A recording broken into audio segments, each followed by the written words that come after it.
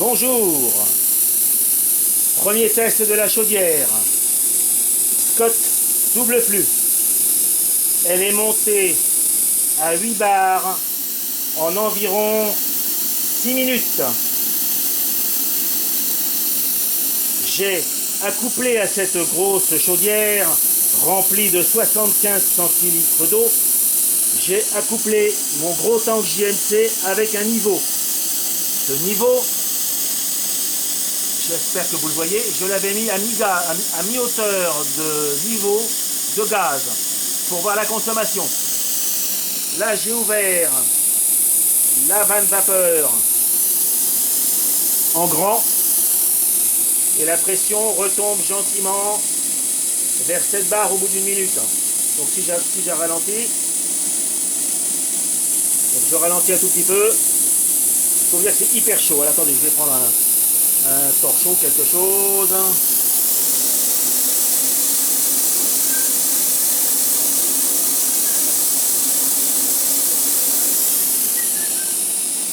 Je ralentis un petit peu.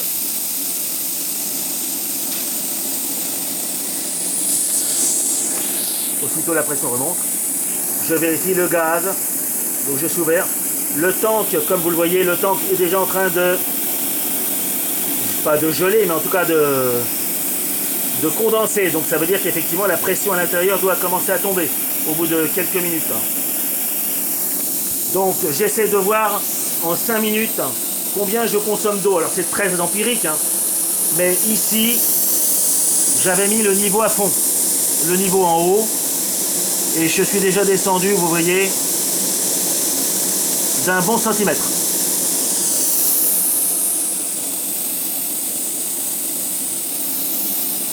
Donc je ne sais pas si la pression ici de sortie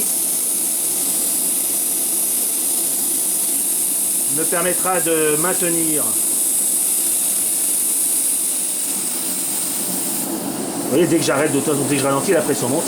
Alors j'ai aussi un petit détail à revoir, c'est que la soupape ne déclenche pas. Donc je ne vais pas forcer, je vais refaire d'autres essais, mais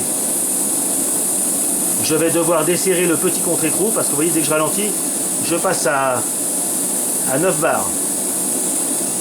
Donc je rouvre. Belle vapeur.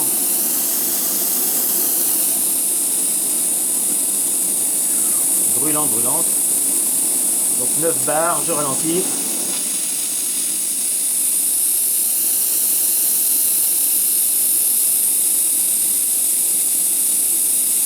Et la pression retombe un tout petit peu, petit à petit, c'est normal.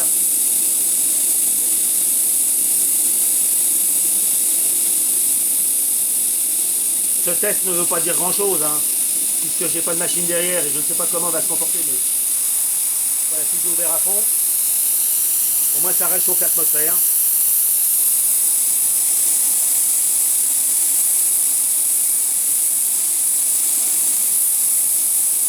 La pression retombe gentiment.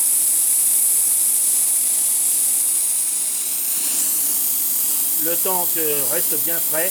J'ai pris un tank de très gros diamètre justement pour essayer de pallier cette difficulté. Voilà, je suis retombé à 6 bars.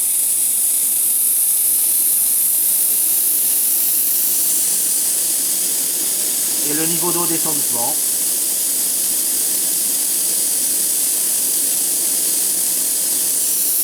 Je constate que la chaleur, j'ai quand même 2 brûleurs de 140 grammes, la chaleur n'est pas excessive, enfin la chaleur n'est pas excessive façon de parler, et j'ai aucune odeur de gaz. Ça veut dire que, a priori, toutes les calories brûlées sont bien absorbées par la chaudière, qui chauffe quand même, c'est chaud. Voilà, là je suis retombé à 5 bars. La consommation de gaz ne me semble pas excessive.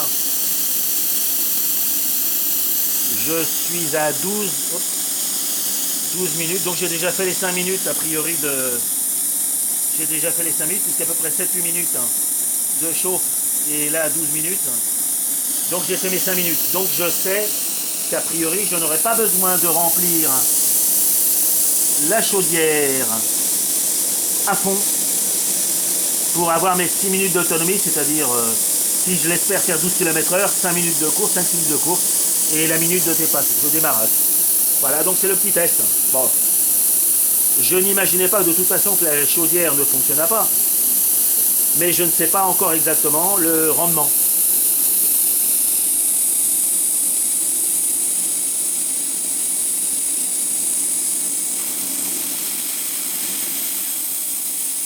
Là j'ai ouvert à fond pour voir. Et on va voir si... non, je pense que le... Alors, quand j'ai ouvert à fond, c'est vraiment que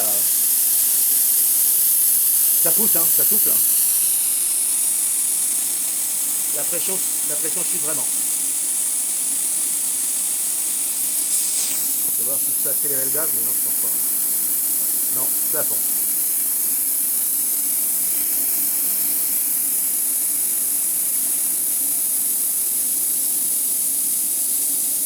On va voir en fait à quel moment la pression de service se stabilise, si elle se stabilise, mais bon, là je pousse fort. Hein. Alors je sais que certains pensent que ce montage en direct peut nuire au monomètre, mais bon, d'abord on l'utilise pas beaucoup, et puis sur le précédent bateau je le faisais et ça m'a pas posé de problème. Donc pour l'instant, par contre ce que j'entends, c'est que les brûleurs ont ralenti quoi. Est-ce que si je mets la main, ah oui c'est vraiment froid. Hein. Je vais être obligé de trouver un système pour réchauffer le tank parce qu'il est gelé. Donc j'ai consommé, j'étais parti d'à peu près ici, j'ai consommé 1 cm de gaz et c'est ben un floie. C'est ben un floie.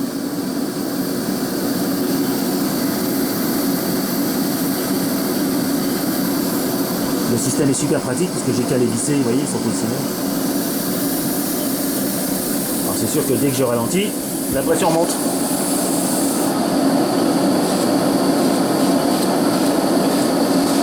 Donc la prochaine étape, bien sûr avec moteur à tester, etc.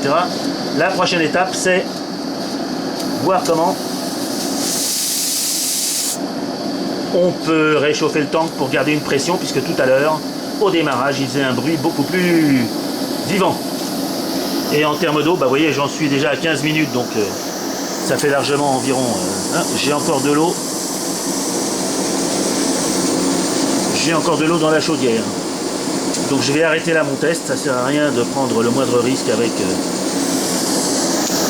la chaudière. Et puis bah, je vais juste voir quand même si à 10 bars, parce que j'ai gradué ma zone rouge jusqu'à 10. Est-ce que la soupape déclenche à 10? Alors le défaut d'une chaudière de vitesse comme celle-ci, celle que j'avais précédemment, c'est que j'ai pas de sifflet. Ce qui fait que je ne peux pas faire tomber la pression rapidement. Alors là, l'avantage c'est qu'elle tombera doucement. Et là vous voyez, je suis en train d'attaquer les 10 bars. Donc j'arrête tout de suite.